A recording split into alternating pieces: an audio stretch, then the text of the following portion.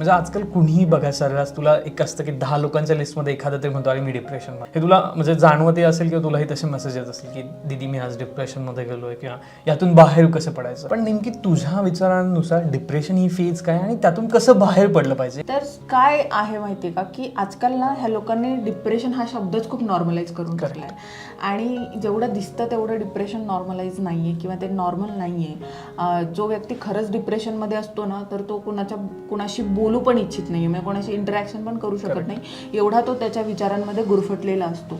आजकाल ना हे सोशल मीडिया इन्फ्लुएन्सर जे आहेत ना तर ते इझिली रडतात, इझिली सांगतात की आम्ही डिप्रेशनमध्ये आहेत, आम्हाला ह्यांनी असं बोललं, आम्हाला अशी वाईट कमेंट आली आणि मग डिप्रेशनमध्ये गेलो. नो डूड, तुम्ही फक्त नाराज आहात, तुम्ही फक्त दुःखी आहात किंवा तुम्हाला फक्त राग आलेला आहे, त्याला तुम्ही डिप्रेशन नाही म्हणू शकत. सॅडनेस पण डिप्रेशन नसतो, अलोननेस पण डिप्रेशन नसतो. कदाचित ह्या त्याच्या पायऱ्या असू शकतात पण हे डिप्रेशन नाही आहे.